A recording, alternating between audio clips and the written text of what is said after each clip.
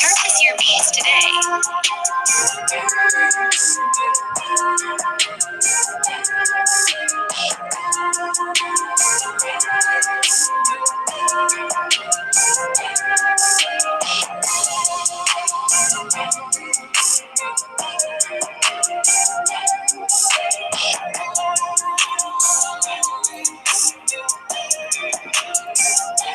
Purchase your piece today.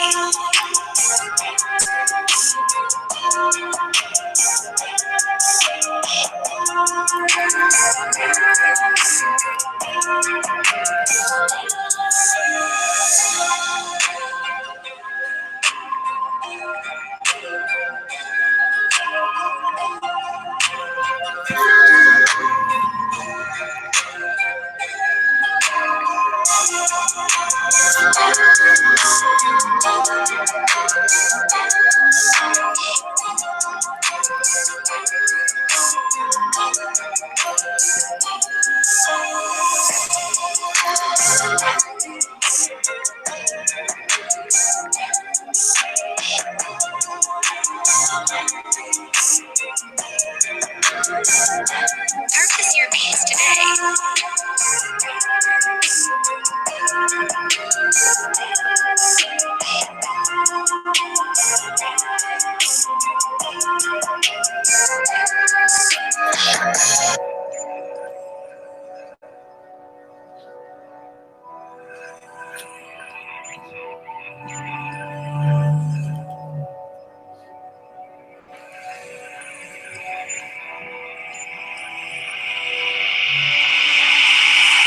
We gon' shut this down. We gon' shut this down, yeah. We gon' shut this down. We gon' shut this down, yeah. We gon' shut this down. We gon' shut this down, yeah. We gon' shut this down. We gon' shut this down. We gon' shut this down, yeah. We gon' shut this down. We gon' shut this down, yeah. We gon' shut this down. We gon' shut this down, yeah. We gon' shut this down. We gon' shut this down, yeah. We gon' shut this down. We gon' shut this down, yeah. We gon' shut this down. We gon' shut this down. This people, we ain't gon' play with you. We the promise of the Most High. We out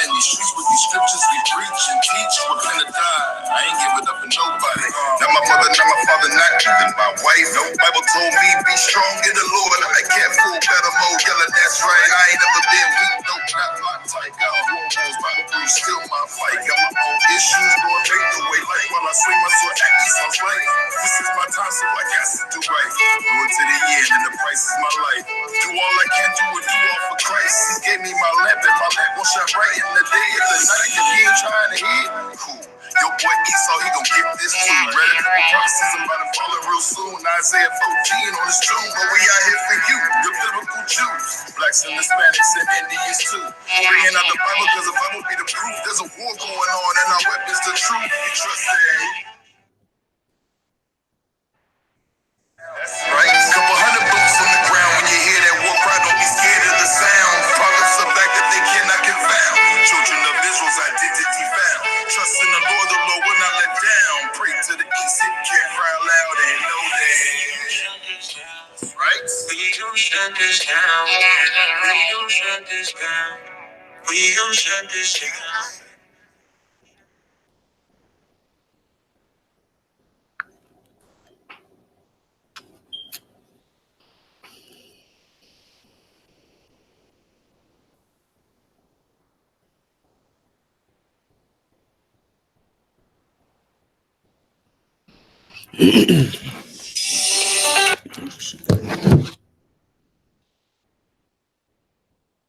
Shalom, shalom, Most High in Christ. Give me a second. We're going to start up. Shalom.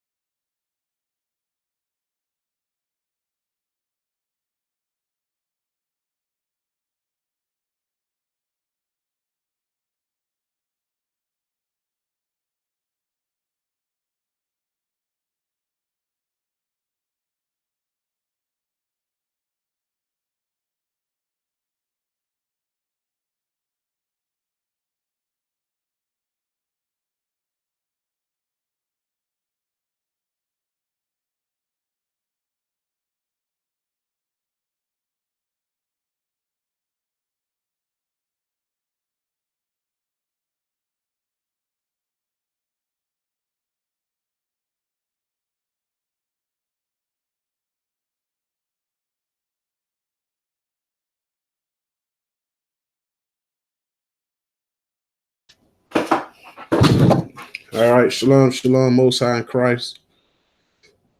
The host with the most, Commander Judea here at One Nation Israelite School. And let's get into it, I guess. Um,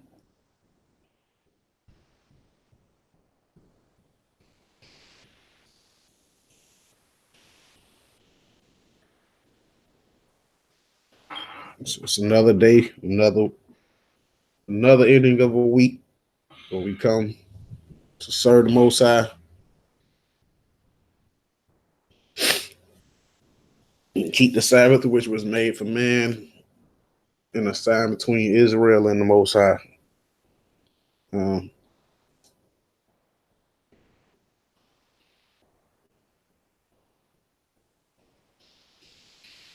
any questions or scenarios from the week? I don't know how to, I can't say I don't know how to say it, but somebody asked me, is concubines little girls, young women, something like that, like 12 and 14. It's a concubine 12 or 14. They're saying, according to what they read, that's the age limit of concubine.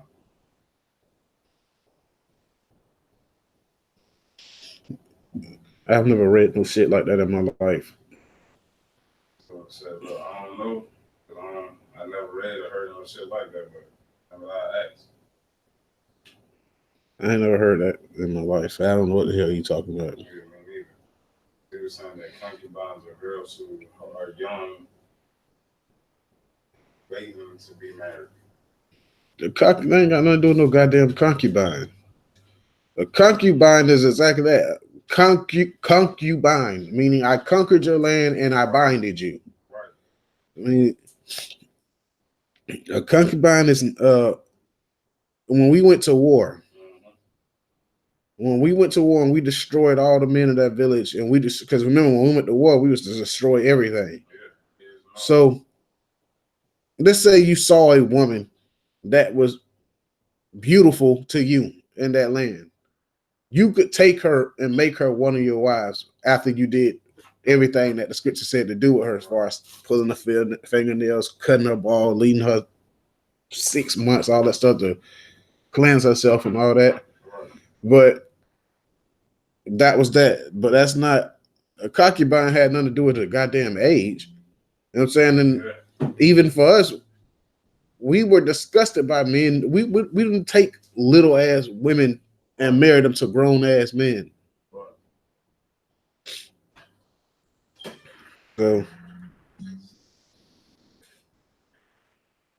So now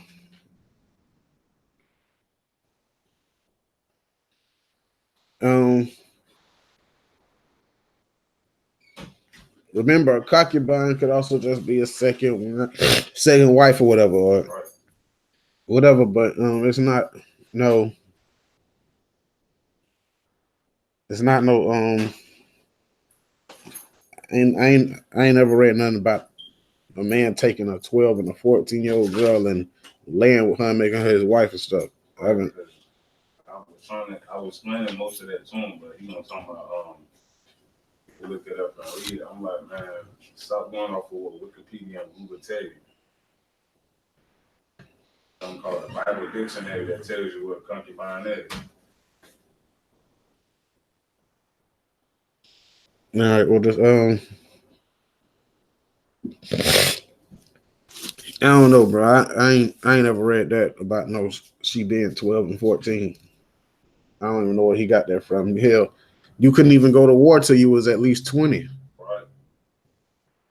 You weren't even responsible. Basically, you didn't even have the choice to decide the fate of your own life at 20. I mean, at 19. So how then is it that you could just snatch a woman at 12 and make her your wife? Right. I'm starting to think because it just had sound like you going off them fake Jews. That's what it sounds like. Because back in the day, did they have women men get women that was young and marry them? Yeah, but I don't know if it was 12 years old type young. I don't know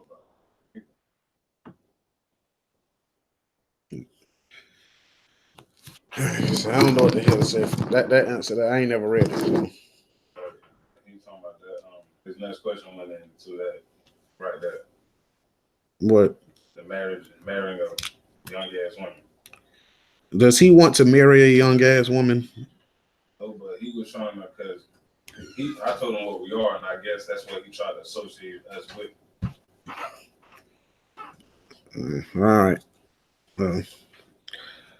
That's the best answer I could pretty much give you on that. I understand. I told him, hell nah, we don't marry no damn women. 12, 13, 14, 15, none of that shit.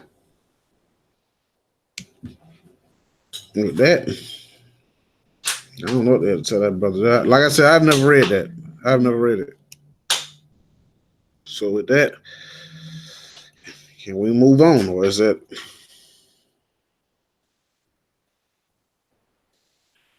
That's pretty much what that's all he had asked me.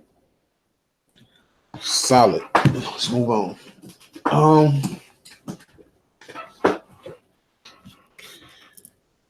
Why didn't you come down?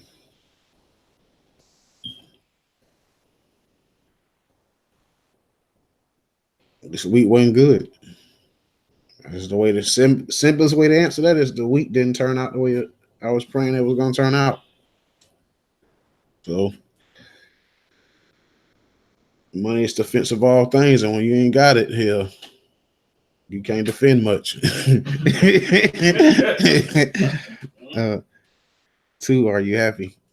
So. Somebody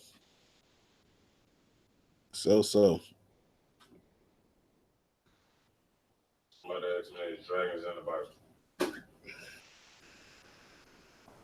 Why does a lot of people care about stuff like that? So, I was like, man, is that going to do some shit for your salvation and the dragons in the Bible?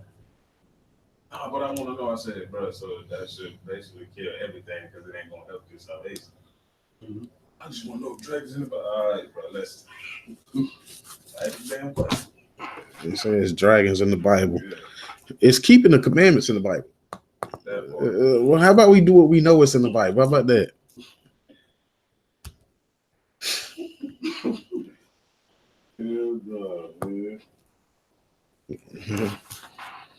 All right. Any more? Let's move forward. Let's get some more questions and scenarios from the week. These are stupid, man. Sometimes when people ask me questions, I really don't want to come back and ask them. Like, I know you did that serious. Yeah, man, I need to know. Like, I got another one. It's like how did the giants survive the flood?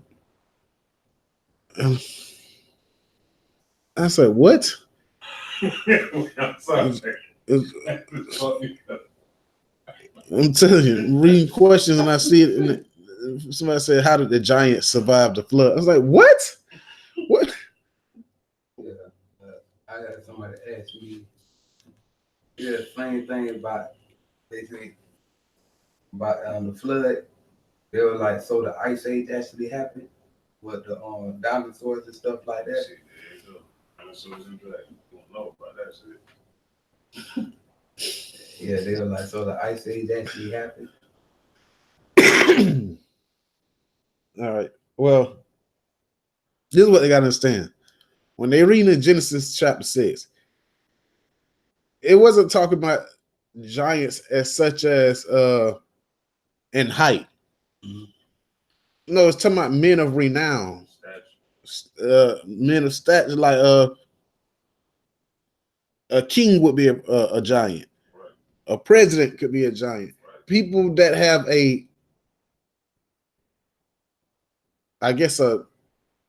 what's the way to say it? Some that follows like how they done made a whole they made a whole esteem of like who was a giant that they made a cartoon out of? Hercules. Yeah. How they his name was so renowned, and he was such a big person on the earth at the time when he was there, that today his name lives as this dude that was just so strong and could never be beaten, and he was so big and so tall. You know what I'm saying? When it wasn't actually going back, it wasn't actually going into how tall they was. It was talking about how big their name was, Right. how renowned it was. How, like, you about to go to war with Alexander the Great? Yeah, that's a giant in the earth, man. Right. Yeah, that's true. Because even if you look now, like I don't like music, but it's true. LeBron James, people like that, they'll be giants, right? Like, Yeah, they'll be giants. They'll be like, man, that man got a big name. That's pretty tall. So, did you ever hear back from the sister? Nah, that's a good question. I didn't. No, about the drunk sister. Well, not the drunk sister, but sister with the drunk husband. Yeah. I gotta be honest. I haven't scrolled really through the messages. I haven't scrolled through them thoroughly this week. I have to get to that. But as far as the ones that I did see, no.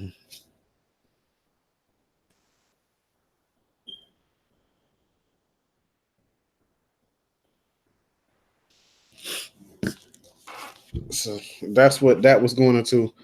As far as the Giants, all right.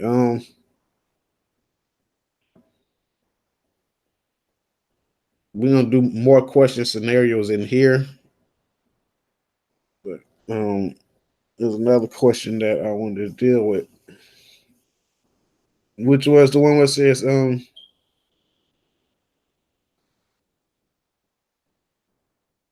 which is why I'm always on the nation and these other teachers about certain things. Well, I ain't gonna say always on them, but I speak against certain things that they teach because in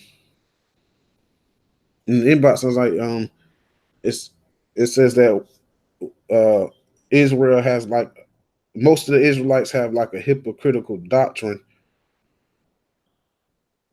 And when she says most people, I guess that's including us because she's writing us. The hypocritical doctrine.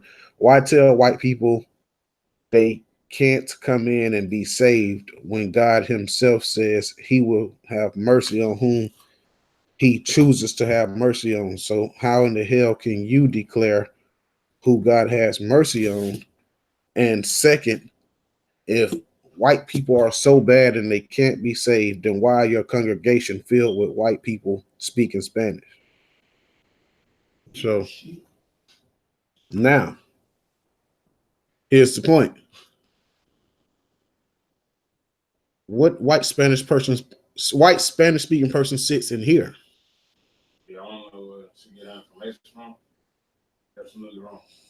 Well, I mean, I see where she comes from, but Yeah, and I want to get something clear. We're not a camp we're not a school that's just solely focused on the fact of how light you are, how dark you are. No, we talking about there's a like this. Okay, when you say white Spanish speaking people, or there's these light skinned people sitting in the congregation, we're not looking at you at the angle like that. We're looking at when we see you, are you a Negro? You know what I'm saying? This is not about, it's not because your color does have a play in it, but it's not solely based because I don't think that everybody that's very, very light skinned got to have white in them. You know what I'm saying? But what I don't believe is that you can be Indian descended. You can be your heritage traces all the way back to you Spanish only people, and all of a sudden you Israel when the creators of Israel is Negroes. All right, so let's deal with it. Let's just deal with it as far as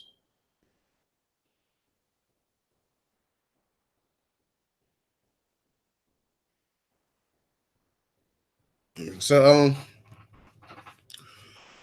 what I'm gonna do is I'm gonna deal with the first part of it. You know what I'm saying? When you said God said he'll have mercy on whom he have mercy on. How the hell can you say he won't have mercy on a white man? Well, I'm gonna do it like this. I'm gonna answer your question. Why? Because the very verse that you're quoting tells you in that verse who he's having mercy on. You know what I'm saying? So let's go there. Let's go to Romans chapter 9.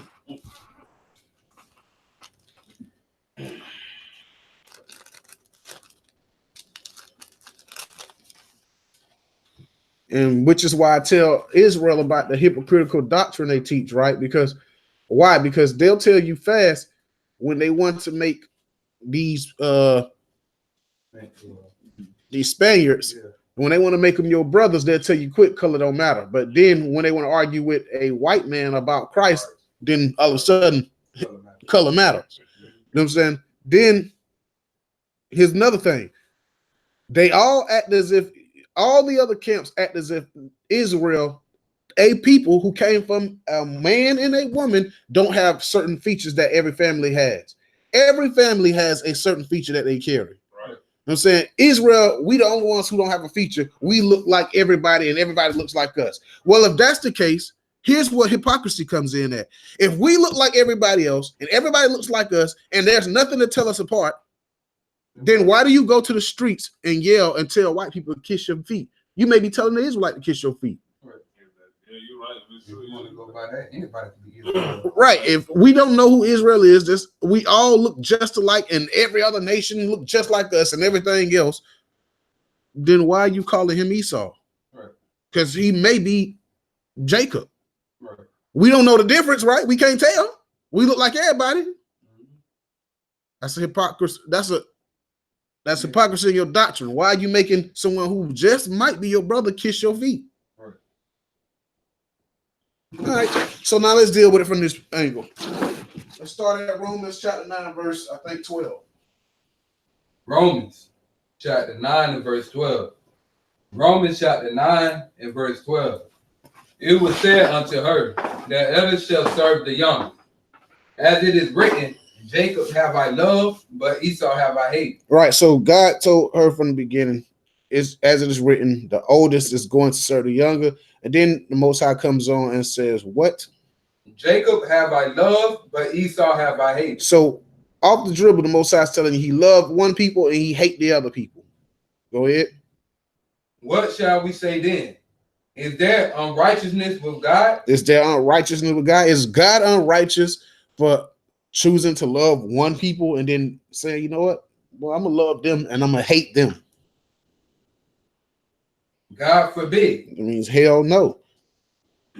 For he says to Moses. Now, understand this.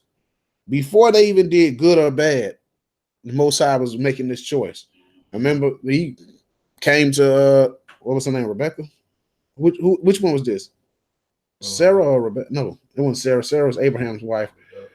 Isaac and Rebecca, right? Yeah, it was Rebecca. Yeah, so Rebecca, he went to her. He told her about her sons in the womb. Yeah.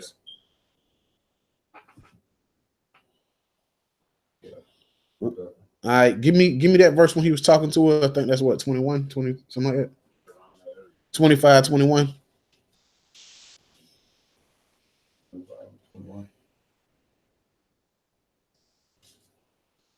Yeah.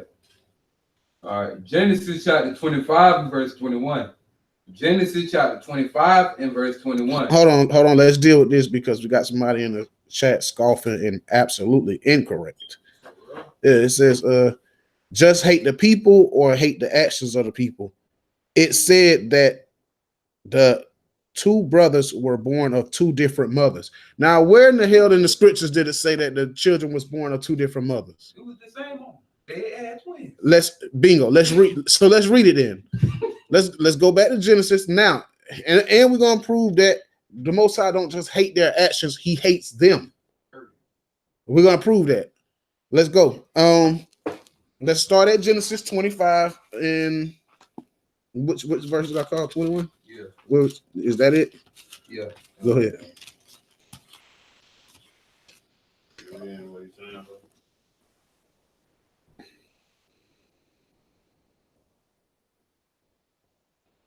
What the hell? Man, read the script. All right. Genesis chapter 25 and verse 21. Genesis chapter 25 and verse 21. And Isaac entreated the Lord for his wife, because she was barren. And the Lord was entreated of him, and Rebekah his wife conceived. Right. So the Lord is going to speak to Rebekah, one woman. Go ahead. And the children struggled together within her. And she said, if it be so, why am I thus? And she went to inquire of the Lord. And the Lord said unto her, 2 nations are in thy womb, and 2 manner of people shall be separated from thy bowels. So, once again, when we get here, the Lord said unto her, 2 nations are in thy womb. 2 nations, one woman. Right. And then it says 2 manner. Now, manner means types. 2 types of people, meaning 2 different people would be in there. Go ahead. And the one people shall be stronger than the other people. One people would be stronger than the other. Go ahead. And the elder shall serve the younger. And the elder would serve the younger. Going right back to what we was just reading at. Right. All right. So now let's go to Malachi real quick. What Malachi is going to do is prove that the Most High hates the people. It ain't about the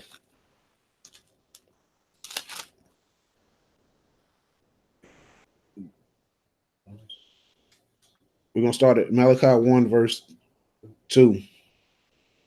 Malachi chapter 1 and verse 2. Malachi chapter 1 and verse 2. I have loved you, saith the Lord. Yet ye say, wherein have thou loved us? Was not Esau Jacob's brother? Saith the Lord. Yet I love Jacob, and I hated Esau, and laid his mountains and his heritage waste for the dragons of the wilderness. So he says, I love Jacob and hate Esau again. Jump down to verse 4. Verse 4. Whereas Edom said, we are impoverished, but we will return and build the desolate places. Thus says the Lord of hosts, they shall build, but I will throw down, and they shall call them the border of wickedness, and the people against whom in who? In who? The border of wickedness, and the people. In the who? And the people. In the who? The people. In the people, not the spirit. And the people against whom the Lord have indignation forever. Indignation forever, meaning a everlasting anger. He's got against them forever. All right, so now let's go back to the New Testament. And let's get 9 and 11 real quick. He said New Testament. Romans 9:11. Romans chapter 9 and verse 11. Romans chapter 9 and verse 11. Now, think about this. They hold it so tragic, right? Mm-hmm. They hold 9/11 in America tragic. Well, guess what? If they read this verse in the Bible, it's going to be tragic too. Let's read 9:11 in the Bible. Romans chapter 9 and verse 11. For the children being not yet born. So these kids weren't even born yet. Go ahead. Neither having done any good or evil. Oh, so how's it about their spirit? Right. When they hadn't even done good or evil yet. Right. Go ahead. That the purpose of God according to election might because say, God wants to say, I chose this. I got a choice. Because of my sake for election, what's going to happen? Not of works, but of him that calleth. Not of works, but him that calleth. So what happens is the Most High decide, because I want the choice, because I want to be able to choose, so that election may stand for my sake, because I said it would happen. I love this people. I hate this people. Okay. So now, when we read this, who is this talking about the whole time? Esau and Jacob, right? Right. Now, based on what we read, who does the Most High seem to love? Jacob. Who does the Most High seem to hate? Esau. So with that being said, now verse 15. Oh, shoot. Verse 15. For he said to Moses, I will have mercy on whom I will have mercy, and I will have compassion on whom I will have compassion. All right. So it says, I will have mercy on whom I will have mercy, and compassion on whom I will have compassion. So it's just that simple. The Most High made a choice. He wanted to choose, and he did. Right. And there's no unrighteousness with him. Why? Because if you create something, who am I to say you can like this one and not like? It's wrong for you to like this one and dislike that one. Right. You know what I'm saying? We create things on a daily basis. And you know what? Some of those things you create, you use and you keep. Some of those things that you create, you trash. Right. You say it didn't come out as good as you had planned it to. Right. You know what I'm saying? I think that if we're gonna play it that way, it is a problem that you like fried chicken more than you like hamburgers. You should like hamburgers and fried chicken equally.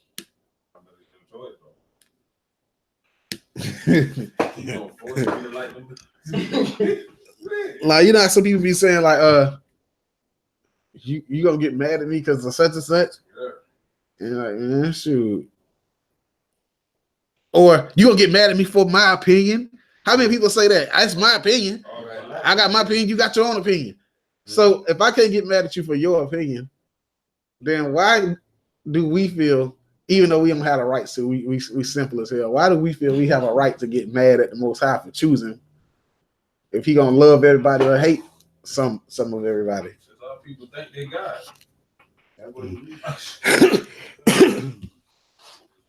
All right. So let's go.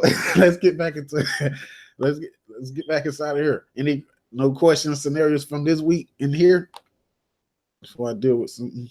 I want some more stuff in here.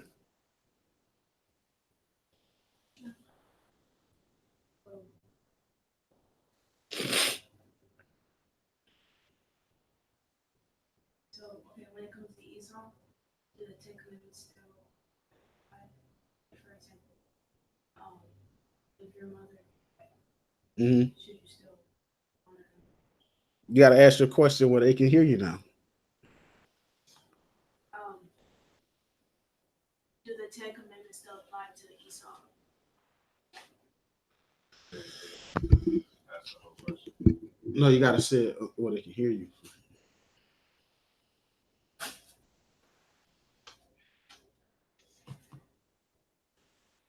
My question is, do the Ten Commandments still apply when it comes to Esau? Do the 10 Commandments still apply when it comes to Esau? In what sense? If your mother is a white woman, should you still honor her and love her? Okay. All right. Good question. Good question. So, hold on, let me see. It says, I think it's just people who don't like other people's generation of the truth.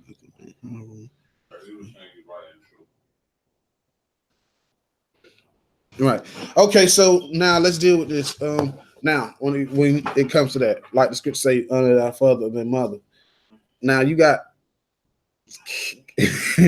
schools that or camps that would teach that you should hate your mom. Right? They would teach that. We don't teach that because and we don't teach that.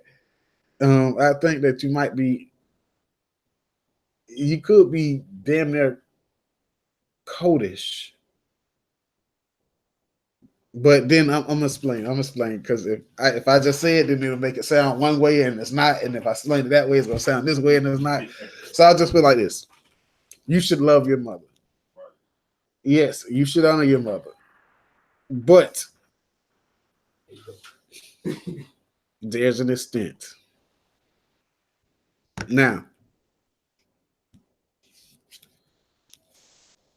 you're gonna keep the commandments regardless. You're not gonna be unequally yoked. Meaning, for me, my mother's not an Edomite, but she lives as a Gentile. So, in the eyes of the Most High, Yeah, she's an Israelite, but she's an American. Right. So guess what? When her American customs and ways and lifestyles come to the forefront, I'm not there to be unequally yoked with it. You know what I'm saying? Now I can talk to my mom almost any day.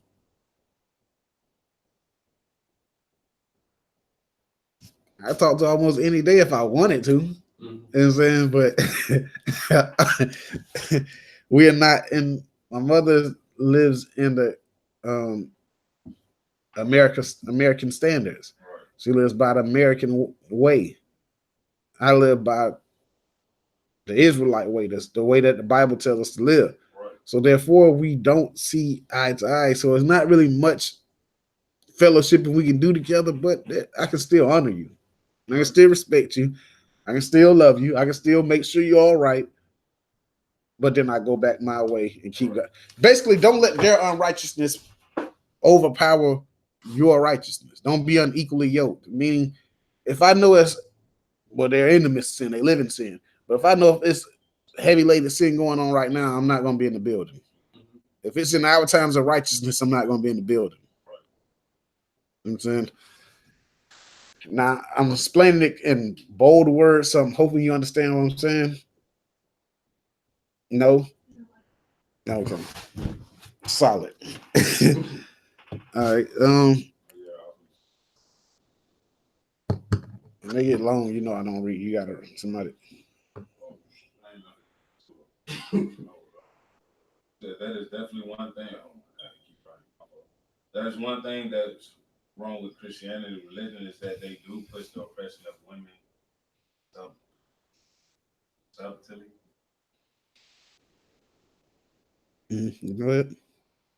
So that's why I was saying that it goes back to our choice that we make and the spirits we chose to follow, because the Almighty can be chose to follow, because the Almighty can be calling us, but if we chose not to listen, that is our choice.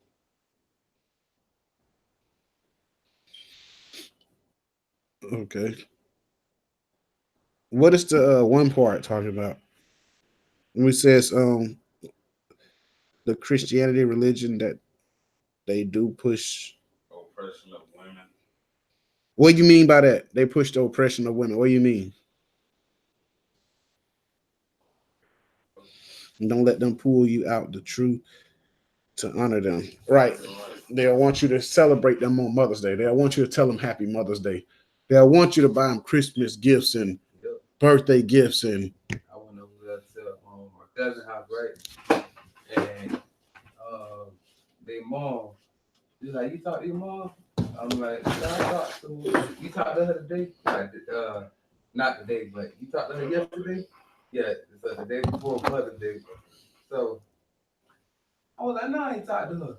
And then she was like, "Why not with Mother's Day?" I'm like, "You know I don't celebrate that." She was like, "Yeah, but you could have at least called her or something like that." I'm like, if I don't celebrate it, what the hell is the point of me calling her if I call her any other day?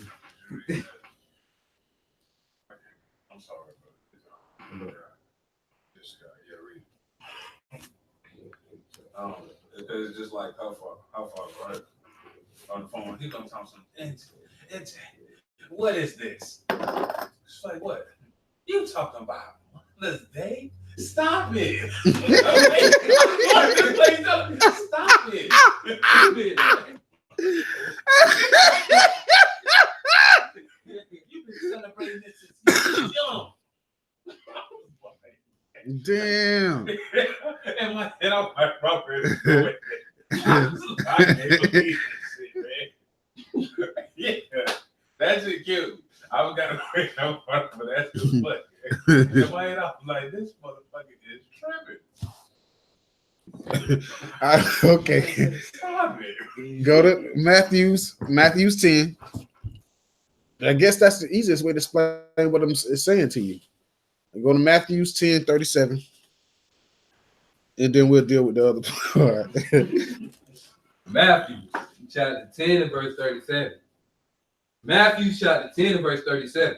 He that loveth father or mother more than me is not worthy of me. And he that loveth son or daughter more than me is not worthy of me. Right. So the scripture is telling you straight. You can honor your mother and your father without putting them before the Most High, without loving them more than the Most High. And how is that? By not being unequally yoked. You, you got you trying to get straight rows to plant your garden or whatever, your corns, your crops. Right. You got 2 horses, or you got what 2 oxen, Sure. and they pulling the What's that thing called? I guess the tiller and the chariot that you're sitting on. Mm-hmm. So as they pulling it, what happens if you got one oxen that's stronger than the other? Be more to that side. It's gonna start swerving. The rows are not gonna be straight. So you would have to take a 3rd horse. The 3rd horse is the commandments, and put that in front and keep it from, because the strongest ox you want it to be where? In the front, to keep the other 2 from pulling each other off the way. Right. So you, instead of 2 horses, you're gonna need 3 horses. You're gonna put this in this situation. This is you. This would be your mother. This would be the commandments. Right. So y'all like a 3-horse chariot. And the commandments is gonna pull straight. And every time your mother's wickedness wants to pull you this way, your righteousness has to keep the thing straight to make your road straight. He that loveth mother, father more than me is not worthy of me. Period. Point blank. Meaning, yeah, I do love you and I do honor you, but not more than these law, statutes, and commandments. Right. That's true. There you go. And when you're doing that, guess what's gonna happen? The foes of your household is gonna become your enemies. Right. Meaning what? The people that you were raised, your mother, she's gonna be the reason why we're having this conversation. Why? Because by wanting to keep the commandments, your mother's becoming your enemy. Right. You don't know the things that me and my daddy had to go through, man. Bro was on the phone. My daddy hard down going through it. Son, so you gonna tell me? Hey, he losing it too. Same thing with my dad. He was like, man, nigga, it's my birthday.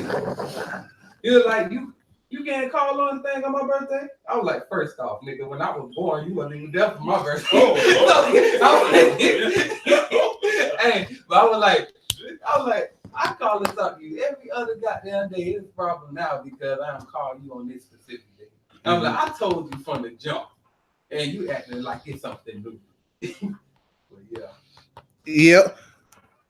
Which always makes sense. Today my birthday. How is it your birthday and you 20 something? Your ass ain't just it's out of here. So next thing. Okay. Now what I will say, when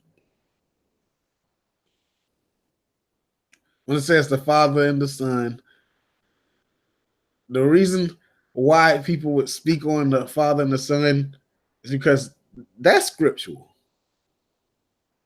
They're not speaking on the Holy Mother because you don't read a scripture about a Holy Mother. Right. Here's the thing about Christianity and things in the world. They want to feminize the spirit of what this book speaks in. Mm-hmm. And the book isn't speaking in an effeminate spirit. Right. It speaks in a masculine spirit because it's a masculine language. It's a masculine vibe. Mm-hmm. So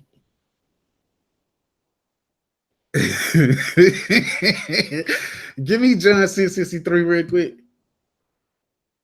Give me John 6:63. The only thing that I read that says something about the mother for wisdom. The mother of all, yeah. She ordereth all things. Yeah. John chapter 6 and verse 63. John chapter 6 and verse 63. It is the spirit that quickeneth. The flesh profiteth nothing. The words that I speak unto you, they are spirit, and they are life. So it says the words that I speak unto you, they are spirit and they are life. So the word is a once again it declares and it orders all things.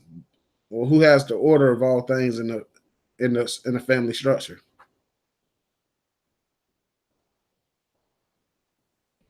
Right. So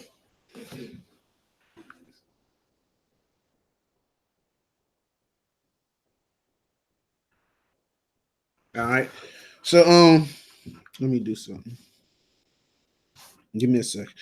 All right. So Any more questions? Well, let's move on from here. I forgot what the hell I was going to say. What question was no? Give me a second, y'all. Salakia. Let me set up.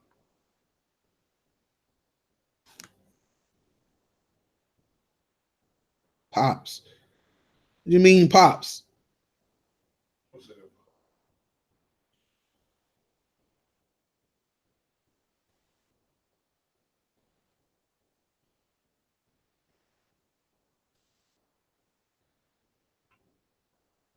Who goes up? Nah, I thought Adara put pops in there.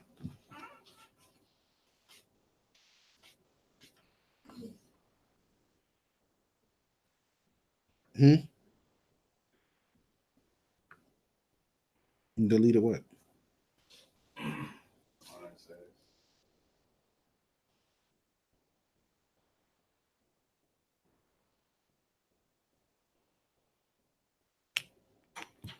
Oh, okay.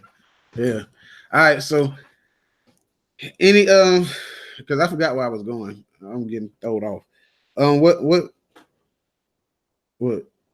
talking about you said throw it off. Any more? Let's deal with some questions. What happened? Questions of scenarios and things this week. It'll should pop back up. It's 300 seconds in timeout.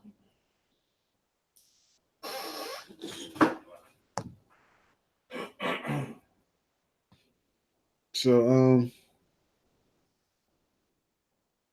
now once again back to here. So get back resurface because I'm questions and scenarios from the week.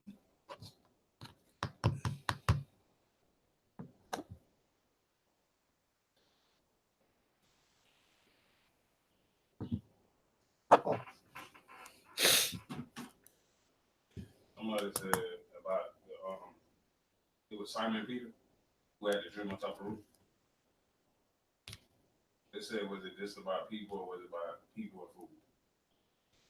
The dream had absolutely nothing to do with food. Food, oh, I'm telling them that. Yeah. But they gonna tell me, he said clean. I'm like, bitch, he talking about people. I was like, he was talking about people. Like, why I gonna talk about he could eat?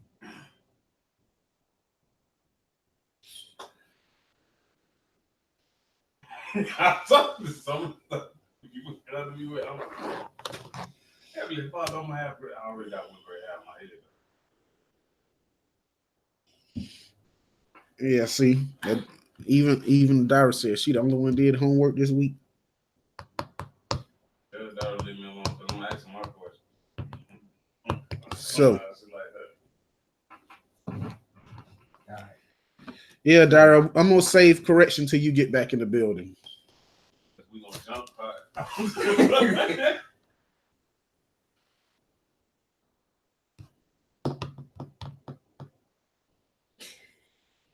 Anywho, y'all putting too many blank spaces in this class. Let me ask you real quick. I got you on worry about it, bro.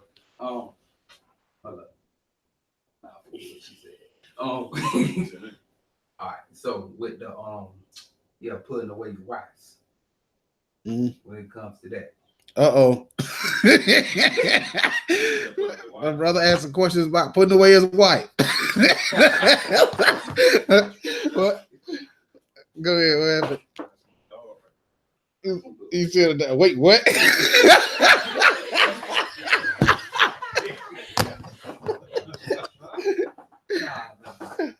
ain't coming from me or my wife.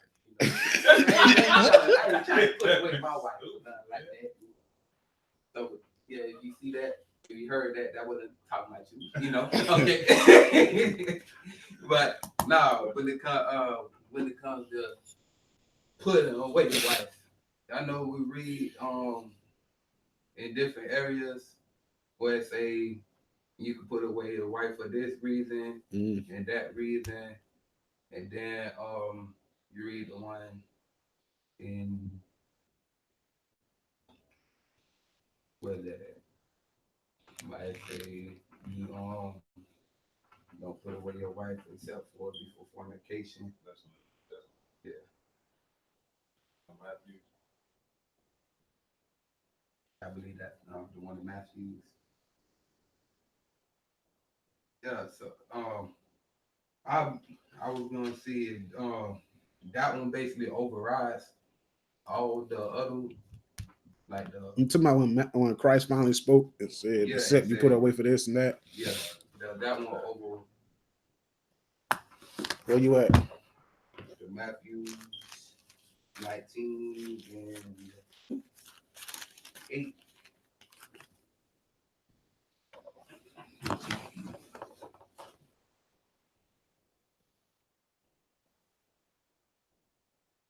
Because he went back and was talking about Moses. That That's the reason why Moses had gave you that okay to put away your wives, but then he said, what's it?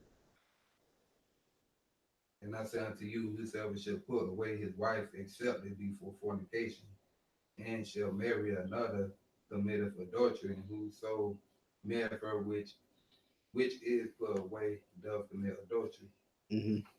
So I was trying to see if like that one override everything else. Give me Matthews 5:17.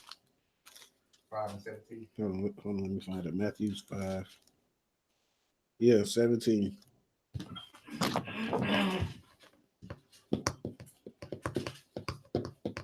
All right. Matthew chapter 5 and verse 17. Think not that I am come to destroy the law or the prophets. I am not come to destroy, but to fulfill. Right. So now, I didn't come to destroy the law nor the prophets. You know what I'm saying? Now, when you read here, Moses instituted something, a divorce of a way for a brother to put away wives so wives wouldn't be treated evil, wouldn't be treated harshly. Christ said, I didn't come to destroy that. Now he just made it more defined of listen, this was supposed to be the only reason you put away a woman. You know what I'm saying? But then go over to second 1 Corinthians 7. Because I know that oftentimes that's what we teach or we are taught, that you're not supposed to put the woman away for absolutely nothing unless she commit adultery. 1 Corinthians chapter 7. And let's read verse 15. 1 Corinthians chapter 7 and verse 15. Or start at 14. 1 Corinthians chapter 7 and verse 14. For the unbelieving husband is sanctified by the wife, and the unbelieving wife is sanctified by the husband. Else were your children unclean, but now are they holy. But if the unbelieving depart, let him depart. A brother or sister is not under bondage in such case, but God hath called us to peace. Right. So now, here, when it says, but if the unbelieving depart, let them be, did it say you got to wait for them? Did it say you need to reconcile with them? No. If the unbelieving depart, does that mean they actually went out and committed adultery? Right. So why is it okay for you then to go get another wife or another husband? Okay. Watch this. This is why the reason I'm saying that to you for a reason. Read verse 11. Verse 11. Start it. Yeah, go ahead, I guess. Verse 11. But and if she depart, let her remain unmarried, or be reconciled to her husband, and let not the husband put away his wife. All right, so now here she departs again. So why are you allowed to take her back?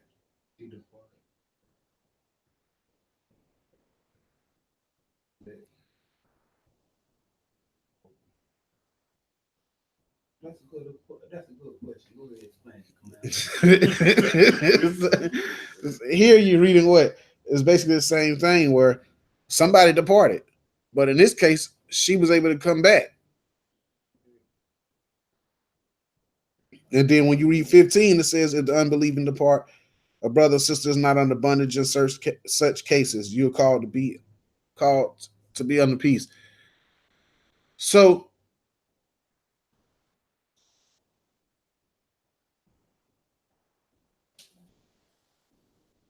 Go ahead. you here with me or you reading? I was trying to do both of those. So the scripture is saying, here, and unto the married, I command, yet not I, but the Lord, let not the wife depart from her husband, but if she depart, let her remain unmarried or be reconciled to her husband, and let not the husband put away his wife. Now, once again, here, this woman leaves. Well, why can't the husband put her away? She left. Well, maybe because she was maybe because she knew the truth. I don't know, because he gave me separation. One was saying unbelieving, and the other one just said she left. This is where y'all at. We are in 1 Corinthians 7.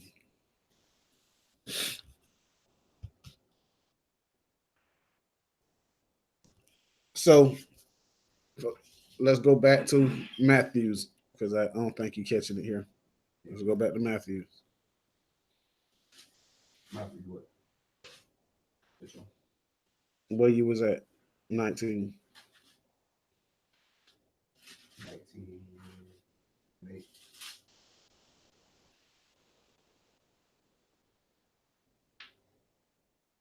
All right. Want me to read? Mm. Matthew chapter 19 and verse 8. He said unto them, Moses, because of the hardness of your hearts, suffered you to put away your wives. But from the beginning it was not so. Right, because divorce was never intended to be instituted or played. You know what I'm saying? Well, you could just divorce a woman because of this or that. Because you understand the reason why he put it in such severity, because here, what was happening? Men were just getting with women to lay with them, and then all of a sudden, you know what? When she woke up in the morning, her breath was stank. I knew morning breath be bad, but not that bad. It's over.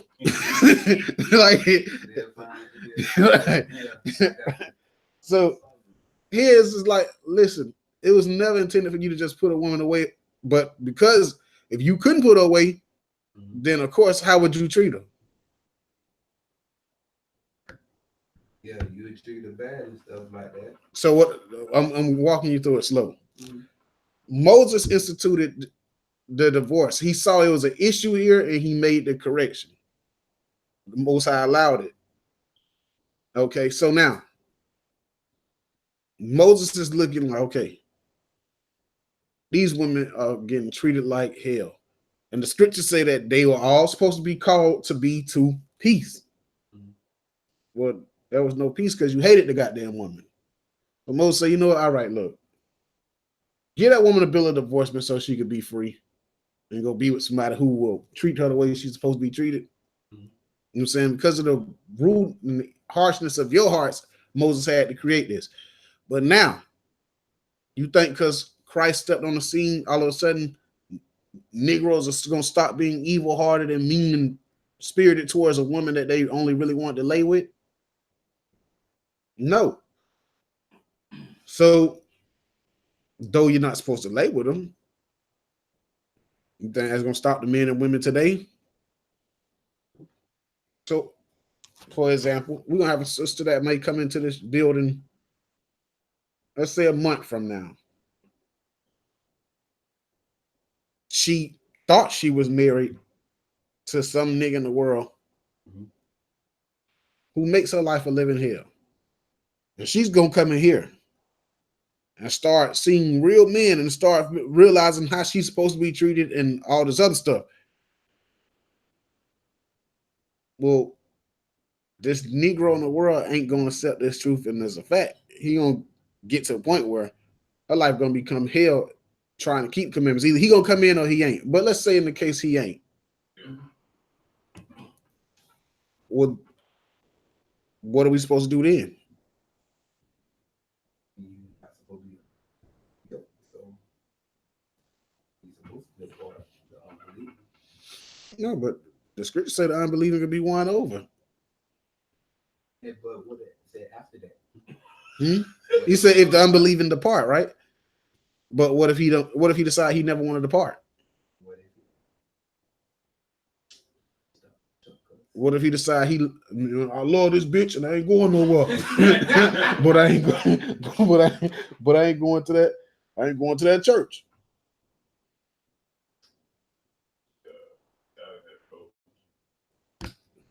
No, What is it? the thing to do is to free her from this dude. All right. So just answer it so I can stop all the goddamn surreal because I'm starting to get confused now. Okay. let's just give a straightforward answer. All right. Let's go like this. When we read Matthews 19 and 5, then you go back and you read Matthews 5 and 17. He says, I did not come to destroy the law or the prophets. Okay.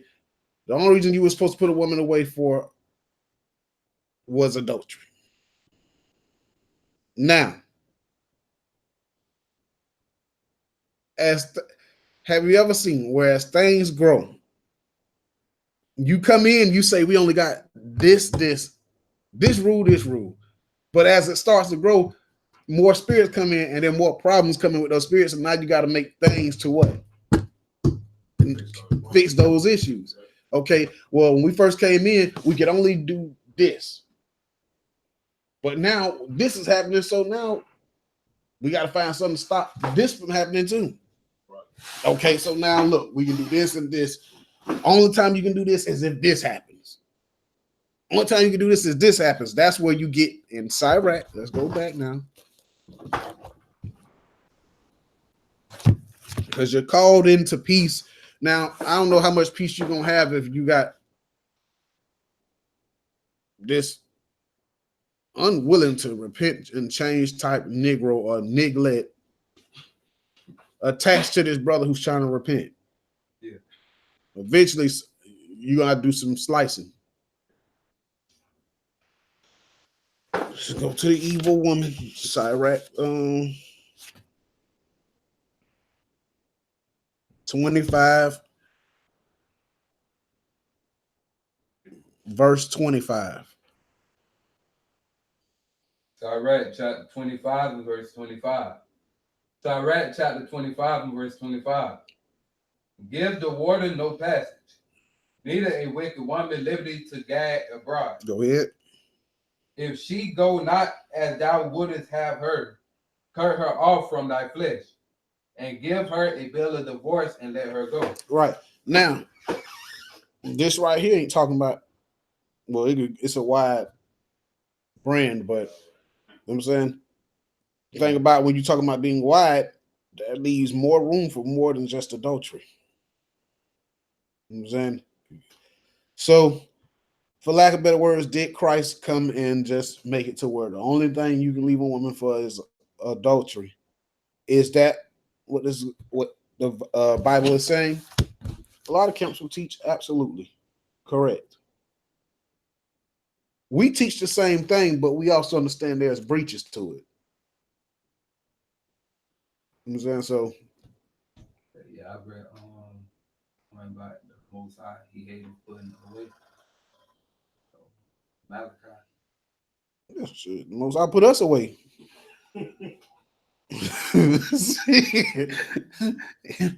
Because the thing is, understand the Most High had never created for brothers to make whores out of women. You know what I'm saying? And if I was to tell you the only way you could put this woman away for is adultery, then you would be more or less likely to just lay with a woman knowing that you can't leave her except for this. You know what I'm saying? You got to be some, and don't get me wrong, because I'm saying that doesn't mean I'm telling you go and divorce this woman because she did such and such. That's not what I'm telling you. What I'm saying is bring it to counsel and I'll let you know if it's the right way to go. But If I was you, I would look at it simply just I can't leave her unless she divorced. I mean, unless she right. I would tell you to look at it like that, but I do understand the breaches to it too. You know what I'm saying? Some women try to break the spirit of the contract. What do you mean? Well, I'm gonna be the worst effing wife in the world to him, but the only thing I ain't gonna do is mess with another man. So now, guess what? You stuck with me and all my wicked pomposities. Coming out like this one day after having some good drinks and hit one of Slap the fuck out you. What? Then hit one of these after you hit the slap. Look, they got to go just like this in the smoke.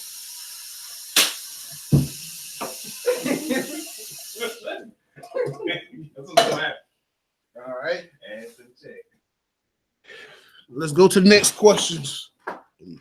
Next question or scenario of the week. Yeah, I had a question. You brothers, don't you put away them wives except they commit adultery.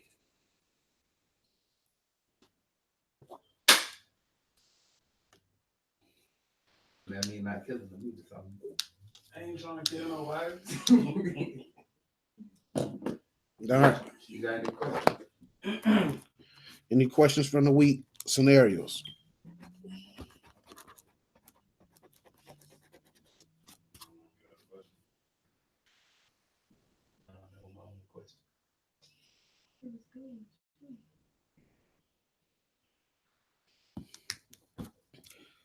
Absolutely. You can see, you don't necessarily have to see to believe, unless you mean, do I need to see the scripture that you saying is in the Bible? But you don't actually know. We don't have to see to believe because we never seen Christ, but we believe. Go to the John real quick. Go to the book of John.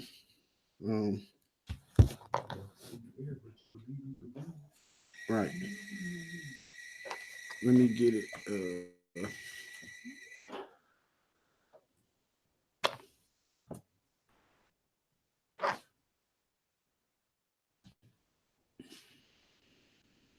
John 10:27.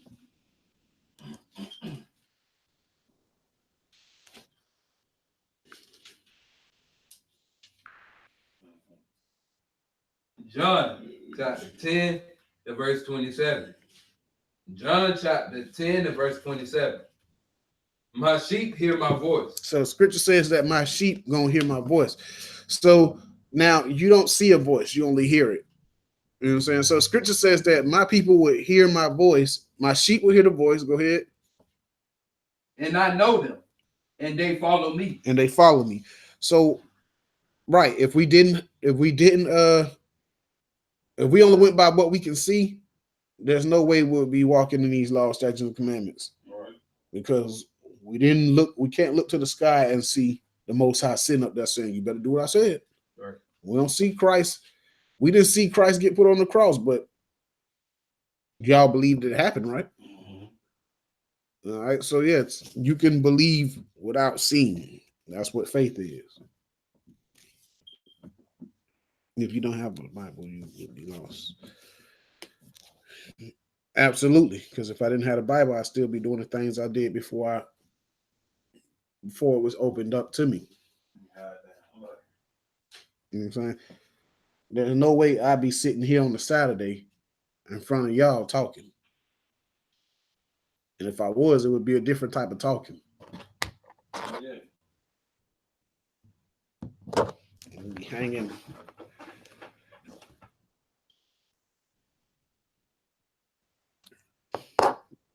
I guess you and St. John on the same page. He just said the same thing. That's crazy. That's crazy. Hey, that's my wife. That's disgusting. Wow. People can be deceived by their own opinion. Absolutely. Yeah. I just want to ask. Yeah.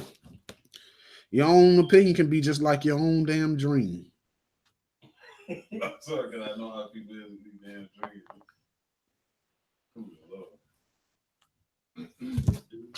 Let's see if we can find it.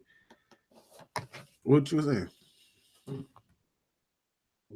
You? What I said? I thought you said something. That's it, this dude here. Oh, I didn't see it.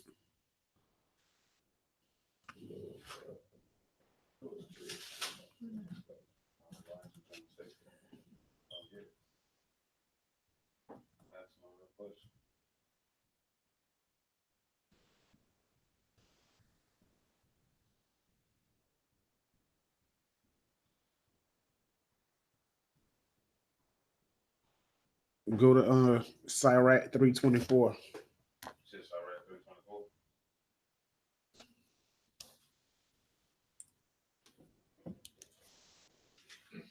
Why? What happened? Something else came up. Huh? Something else that came up.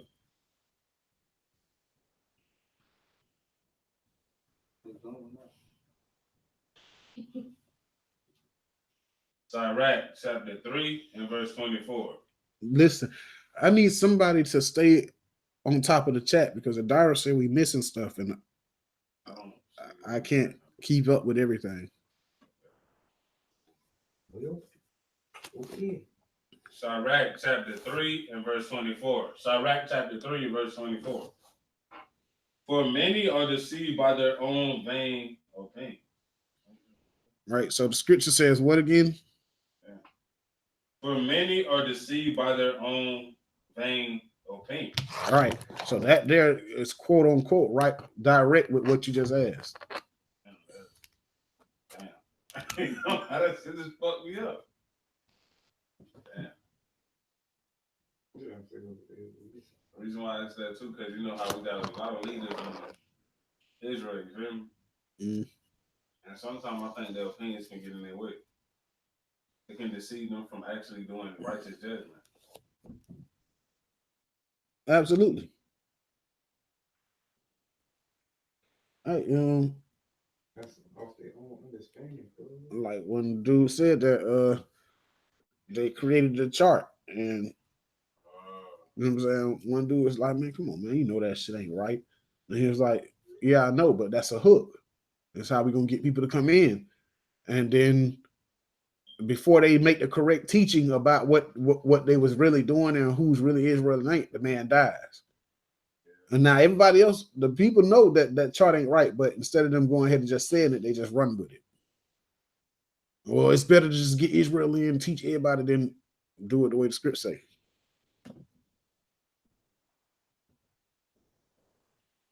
That's a shame. I like this scripture right here. Or so I feel or I think. Right. For me, I tell you, I'm not sure. This is what I think. This is what I believe. I gotta get more clarity on it. And if I go to somebody to get clarity on something, I'm not convinced with what they teach, and I don't teach it. I just wait for the Most High to open that part of the understanding to me. Because I know a lot of stuff too is if they don't like it, they all out there against it, and they do some what they call it shit. They could do some matrix shit, like plug you in, and like find scripture to plug it in. So you like, how the hell he just did that? And then when you come back to him and be like, hey, I was reading the other day and I read a little bit. Now who told you to read down? My first like, I thought we was just learning. Who told you to read down? I'm trying to take. You're a wicked ass Negro. You're the damn devil. He's like, I done became all this shit because I read down. That's amazing. So yeah. Any more questions or scenarios from the week? We ain't had no scenarios, but we got.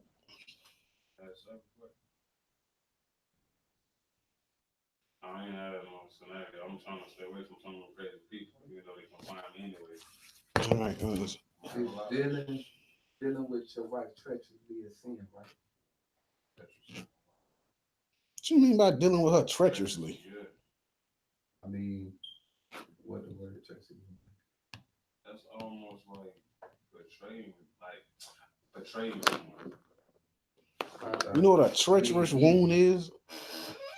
No. thing like something treacherous. Something treacherous is like, let's not use brothers in here, but something treacherous would be like, well, I guess I don't want to use us in here because Lord forbid, because I don't know what the brothers at One Nation, we some goddamn warriors. I don't know what's gonna happen if that happened. So we'll use somebody else in the world. Let's say a treacherous wound would be like Miss Clara hanging with Chantel and sleeping with her man behind her back. That's a treacherous wound. Like, I'm at your house chilling, or she's at your house chilling. Your wife gets up and goes to work. Well, she leaves with your wife because your wife says she finna go to work. Your wife drive off and go to work. She go home, get fresh, come back and sleep with you. That's a treacherous wound.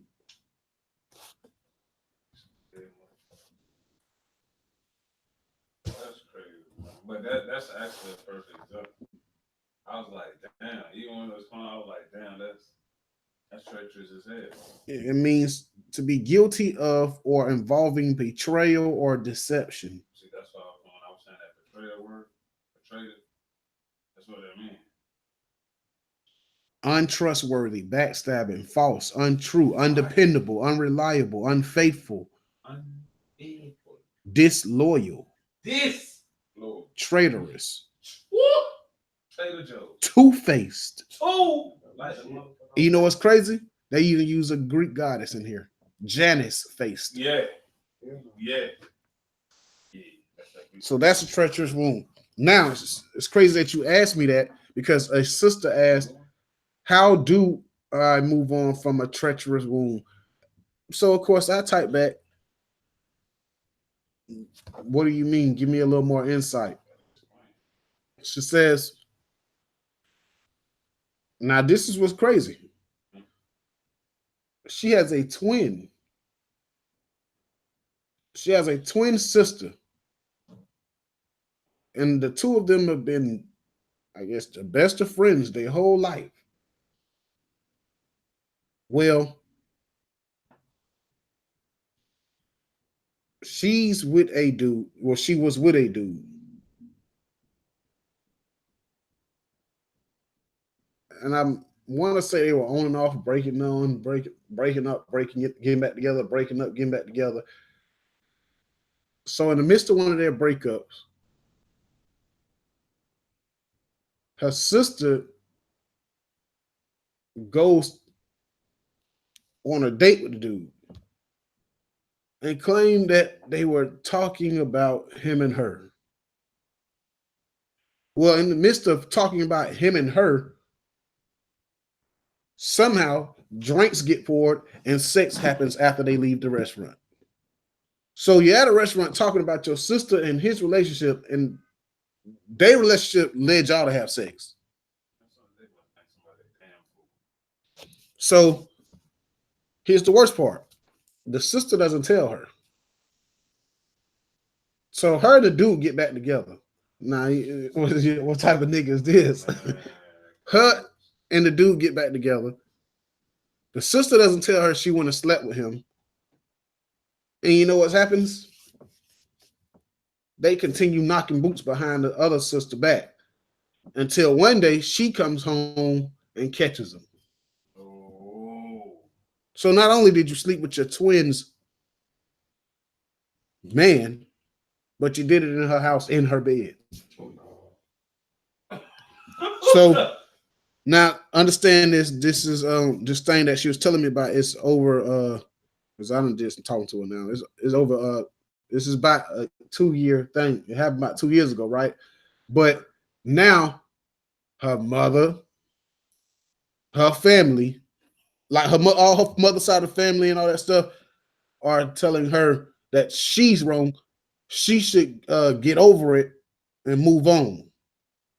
Now, they're saying that she's wrong because she's holding on to it. And she's to the point now where, you know, you hear something long enough, you eventually question, is it right or wrong? So she's like, how do I get over it? I'm going to say first and foremost, you're not wrong.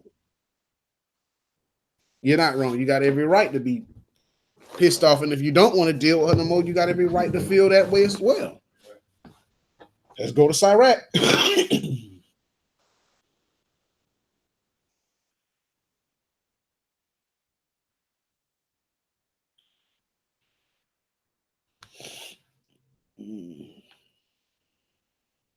Let me find it.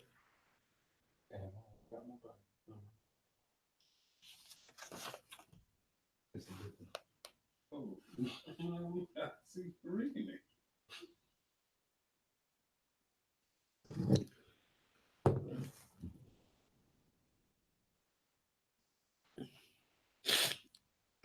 Yeah, I already know.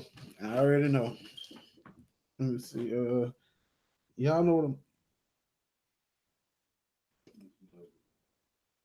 I can't remember how it's worded.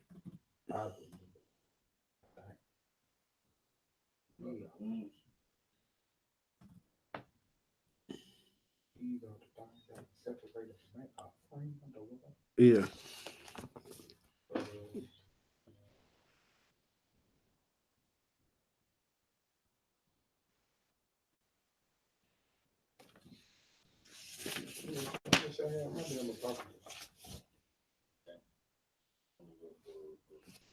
Sorry, 27.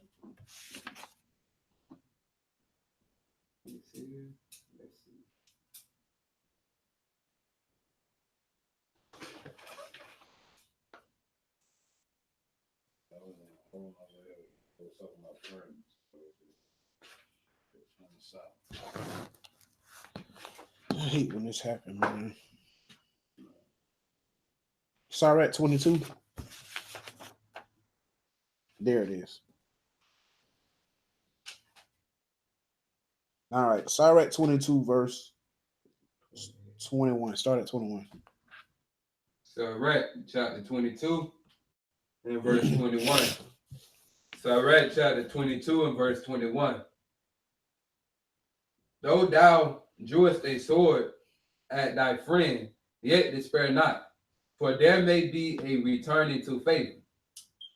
If thou hast opened thy mouth against thy friend, fear not. If you open your mouth against your friend, fear not. For there may be a reconciliation, except for upbraiding or pride. So it says it can be a reconciliation for almost anything when it comes to friends, family, whatever the case may be. It can be a reconciliation for almost anything except for upbraiding. Upbraiding. Go ahead. Or pride. Go ahead. Or disclosing a secret. You tell your friends secrets. They told you something in private. That's a treacherous wound. For somebody to tell you their deepest, darkest secret or something that's very near and dear to them, and then you go tell somebody else, that's a treacherous wound. Or you know what? You and how many times have y'all saw this? Two friends. They done told all each other business, all each other's secrets and everything, right? And then as soon as they get to argument, one friend decides they're gonna air out the other person's friend's dirt and stuff. That's treacherous. Yeah. For those, there's no reconciliation. What else? For these things, every friend would depart. Oh shit. Or a treacherous wound. Or who? Or a treacherous wound. Like your sister sleeping with your man, your friend sleeping with your wife.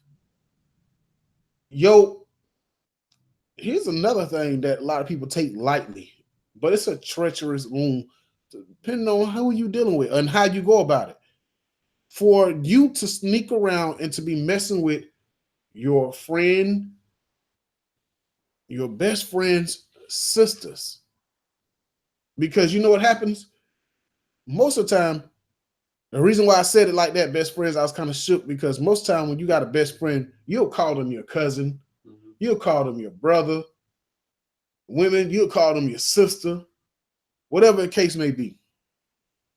For that person to then sneak behind your back to talk to your sister or whatever case, and I'm saying that because I'm a man, you know what I'm saying? Now, if I was a woman, of course, a woman would probably say, for you to mess with my little brother or whatever the case may be. You know what I'm saying? that could also be considered a treacherous wound, especially to us men, because we're very protective when it comes to our sisters, and there's certain lines that shouldn't be crossed. Right. You know what I'm saying?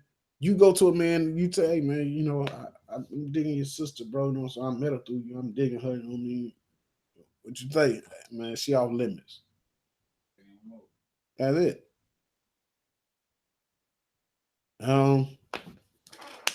But any backdoor type of tactics is weak. Is treacherous. I had another sister, and I don't want to keep y'all here long, but I do want to tell y'all some of these things I've been coming across. I got another sister, right? Mhm. Now this shady. This shady as hell. I'm gonna just say that the people that you think should be the happiest for you are not the happiest for you. Never. This sister went and had. Y'all gotta hear this story out. When I say treacherous, this is treacherous. So there's a sister, right? And she'll admit it. She said it. She's like, I'll admit, yeah, I grew up, I was, you know, promiscuous or fast. So what happens is the sister goes out, she gets pregnant. I think it was about 10th grade. She's like, I think it's 10th grade, she got pregnant, right? Mhm. So she had a kid. Now, mind you, the kid, the woman is about me and Solomon's age now. So she had a kid in 10th grade. Her damn she had a kid in 10th grade, and then she started dating men, which was all dead ends. All the relationships never worked. So she finally meets a good dude. Good dude. Working. Well, she feels he was a good dude. So he's working, they happy together and everything. Her mother used to be her mother wasn't happy for her that her daughter found a good dude. Her daughter be telling her, I don't know why, like whispering to the boyfriend, I don't know why you with her. She fast, she do this, she do that. Basically low rating her daughter. She done went out and got a damn son and all this other stuff and all this stuff. So, Like a mom want to do. well, I'm glad you said that because the mother ends up banging a dude. Get the body. No, the mother ends up sleeping with her man. So the mother sleeps with her daughter's boyfriend.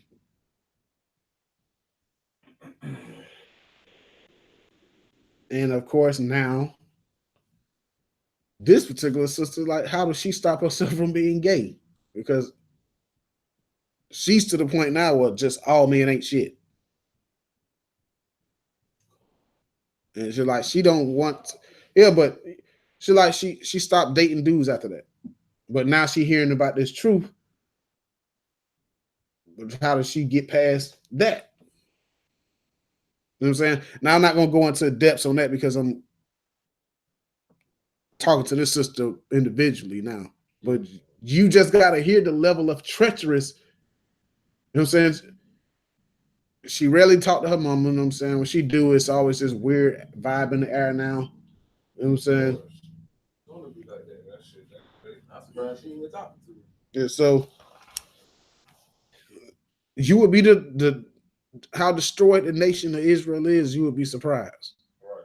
And in her situation, like I said, I'm not gonna go too in depth until we get past certain things, but that's just another level of treachery y'all have to hear. Because some of y'all, you know what? Some of y'all believe that y'all mamas will never do that shit. Not understanding that your mama ain't happy for you. I know church room like that thing you had told us about the damn motherfucker that was doing well that is a dude and then portrayed to be a female or whatever. You know, a little while after that had happened, I saw in the news that a dude had beat somebody that was supposed to be his wife or whatever, and find out it was a dude he had beat him to death. I was like,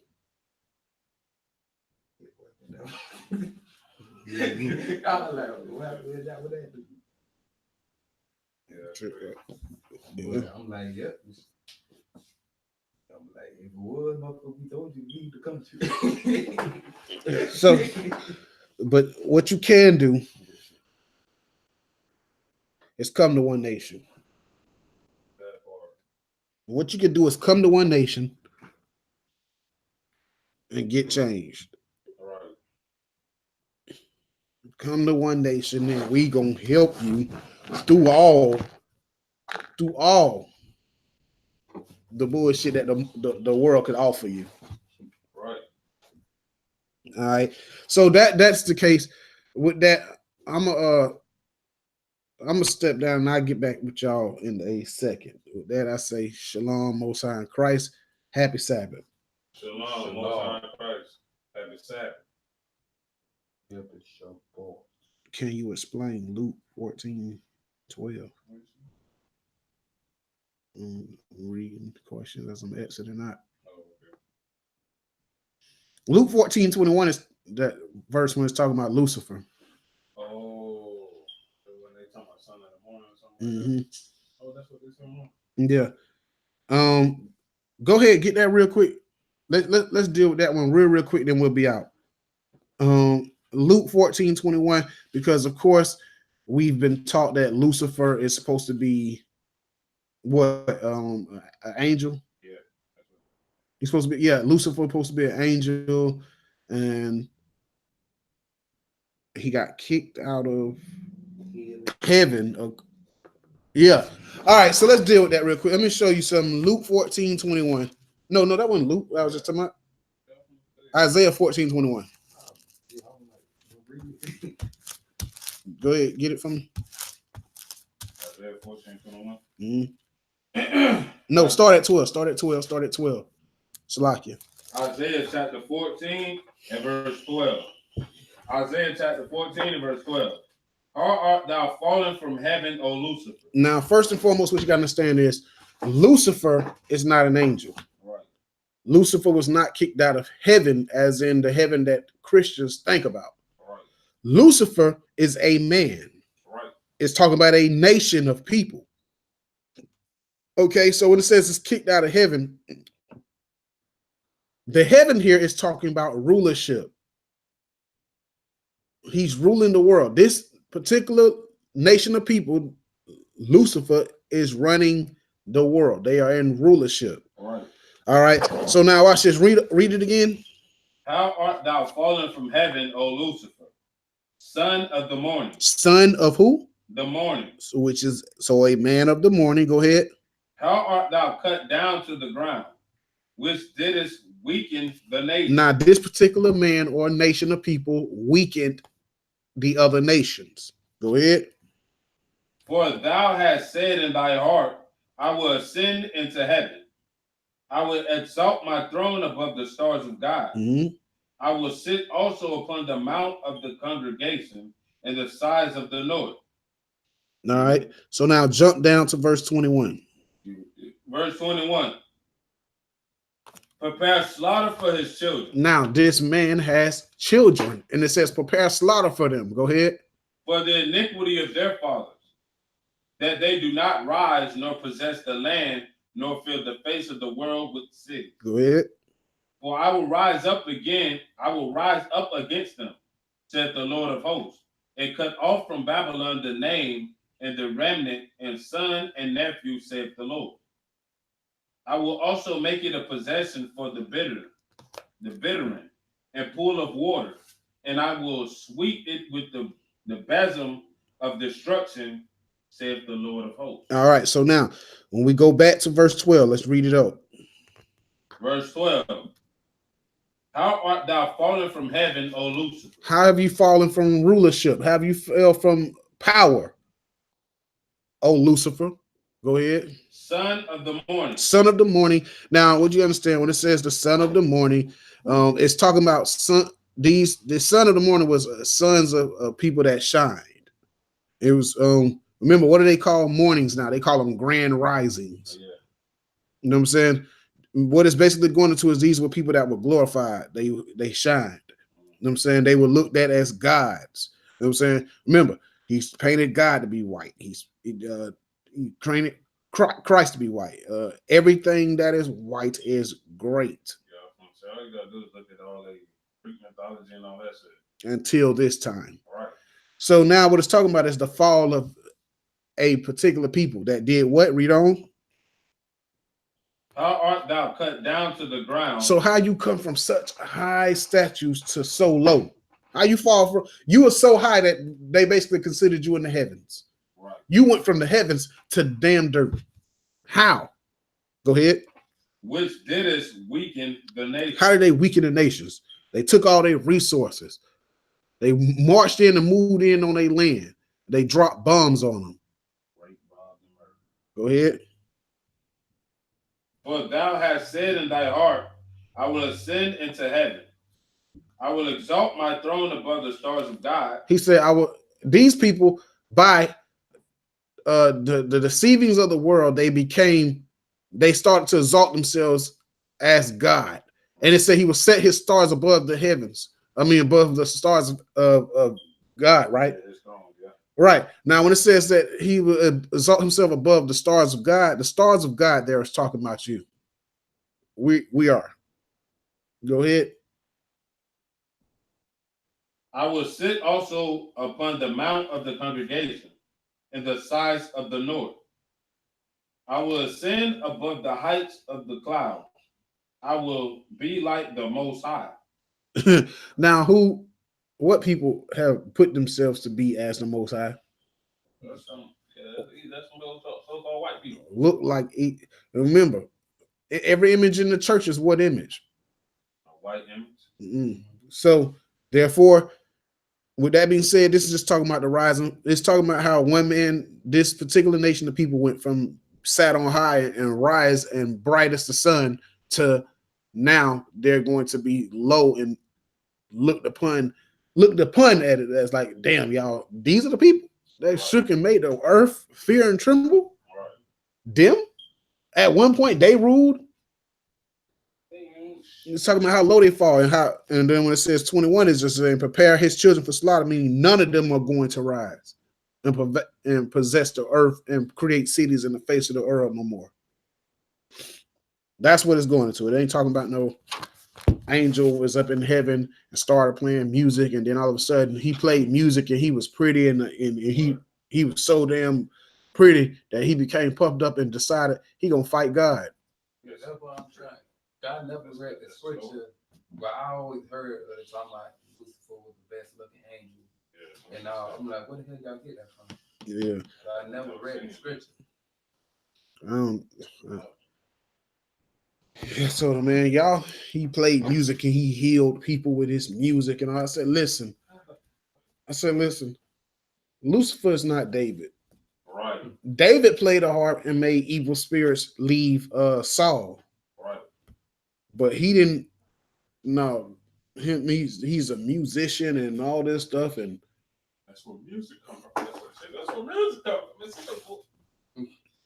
They were singing and busting raps on the Bible before him. What are you talking about? Shalom. Yeah, he said Christ referred to